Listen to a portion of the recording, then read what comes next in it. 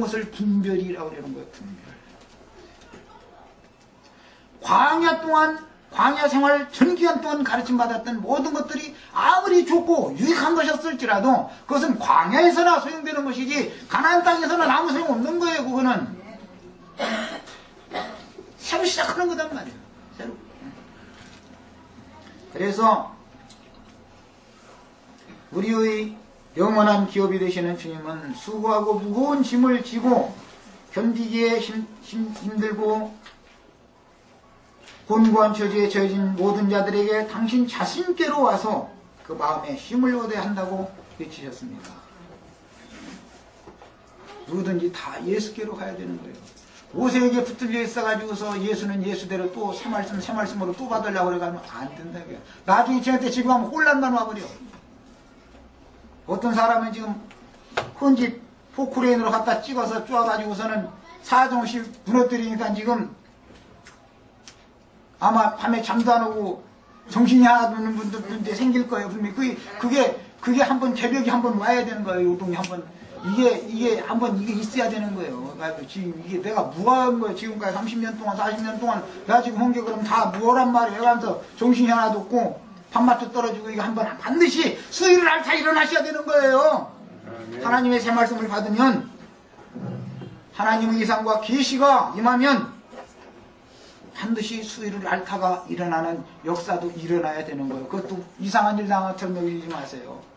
그 다니엘서에 있는 말씀 제가 인용해 드렸어요. 사람의 묵은 관념이라는 것이 그것이 옛집을 털어내는 것이 옛사람을 벗어내 던지는 것이 이렇게 쉬운 일이 아니다란 말이에요. 주님 앞에 몰두하던 사람이면 수요일 알타 일어나게 돼 있어요. 우리가 새 출발이 되는 거니까 하는 소리예요. 하나님의 목적을 위하여 창조된 인간은 반드시 남자와 여자가 서로의 안식처가 되어야 하므로 남자는 예수님을 말하고 여자는 믿는 성도들을 말하는 거예요. 그래서 아담과 하와로 비유가 되었어요.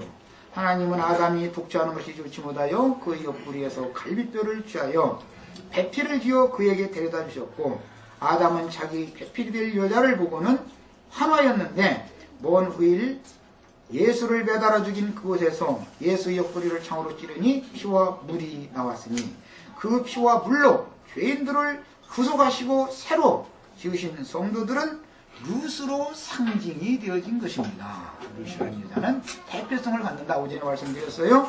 그러므로 먼저 피로 씻김받는 핏부림받는 이치를 알아야 되는 거예요. 너희가 구속함을 받은 것은 은이나 금으로 된 것이 아니라 보배로운 어린 양의 피로 하신 것이다. 그랬으면 피로 구속받는 얘기가 뭔 얘기인지를 알아야 된다 이거예요. 예수 그리스도의 그 피만이 즉 예수 그리스도의 생명의 말씀만이 사람의 더러운 옛사람의 속부분들을 깨끗하게 할 수 있다 그 말이에요.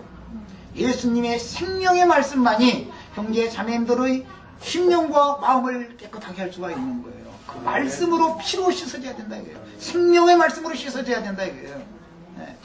그리고 나서는 진리의 말씀으로 이제는 새로 짓는 거예요. 네. 그러니까 먼저 피로 씻음 받는 것이 필요했고 그 다음에는 물로 그 다음에 다시 재건축을 하는 거예요. 진리의 말씀으로 재건축을 하는 거예요. 옛 창조도 말씀으로 창조했던 것처럼 새 창조도 진리의 말씀으로 시작하는 거예요. 그래서 진리의 말씀으로 우리를 나오셨느니라 그랬죠. 야고보서 1장에 나오는 말이에요. 우리를 뭘로 낳았다고요? 진리의 말씀으로. 그것이 물이에요. 물과 성령으로 나지 아니하면 하나님의 나라를 볼 수 없다고 그랬어요. 피와 물과 성령은 한 가지 증거를 하는 거예요. 내 피는 참된 음료다 그랬으니까 피도 물이죠. 물이라는 것이 흐르는 생수예요. 그래서 피와 물과 성령으로란 말이에요. 그 배에서 넘쳐나도록 생수의 강이 넘쳐나리라 그랬는데 이는 저희 받을 성령이라 그랬으니까 피와 물과 성령은 하나지요. 아멘. 피가 따르고 물이 따르고 성령이 따르는 게 아니단 말이에요. 다만 하는 역할이 다른 거예요. 피는 생명의 말씀이 그리스도 예수의 입으로 나오는 생명의 말씀으로서 그 말씀은 사람의 속부분을 씻는 역할을 하고 정결케 하는 역할을 먼저 하는 거예요. 그 다음에 물은 진리의 말씀이란 말이에요. 진리의 말씀이 사람을 새로 세우기 시작하는 거예요. 성령의 새롭게 하심이 뒤따르는 거예요.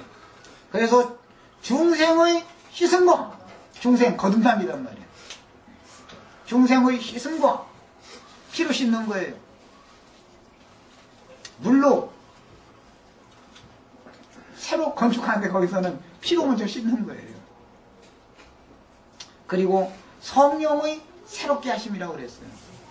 오늘 중생의 씻음이 즉 영의 거듭남을 받으셨으면 심령이 청결케 되어져서 진리의 말씀으로 거듭났으면 이제 성령께서 오셔서 이 생을 떠나기까지 계속해서 날마다 옛사람은 후패하나 속사람을 새롭게 해주는 새롭게 하시는 역사가 일어나기를 바라요. 그래서 피와 불과 성령이 형제 자매님들에게 구원을 이루는 거예요. 이렇게. 그 다음에 하나님이 짝지어 주신 아름다운 한 쌍의 부부가 된 아담과 하와의 영원한 거처는 영생하는 생명양식인 생명나무 실과들이 달마다 과실을 맺고 영생수가 발원하여 동산을 적셔주므로 하나님의 모든 공급이 풍요로운 에덴 동산이었으며 그곳에서 하나님이 지시하신 것을 먹고 마시며 자여손을 낳아서 생육하고 번성하도록 하나님이 정하셨던 것입니다. 성경을 응하게 하기 위하여 룻은 보아스의 품에 들어갈 때 곡물의 땅 에브라스의 떡집인 베들레헴으로 오게 됐어요. 생명나무 실과가 그곳에 있는 것이다 말이에요. 먹을 것이 있는 곳으로 온 거예요. 그 다음에 부자요 하나님의 후사인 보아스의 집 여주인이 되어 모든 풍요를 누리며 살면서 후사를 낳아 그 기업을 상속했는데 육신을 입은 사람의 한평생에서 영생을 취하는 것이 무엇인지 그림자로 이걸 보여주고 있는 것입니다. 룻은 보아스와 혼인이라는 법적인 절차를 통해서 보아스와 법적인 혼인의 절차를 거친다. 제가 이렇게 말씀을 드렸는데 하나님의 말씀에 모든 구속받은 영혼은 예수 그리스도의 신부가 되도록 하나님의 말씀이 법이 이걸 정해놨다 그 말이에요. 그 절차를 통해서 이거 이제 절차를 통해서라는 말은 그런 말씀이 믿어진다 그 말이에요. 이제 깨달아져서 믿어진다.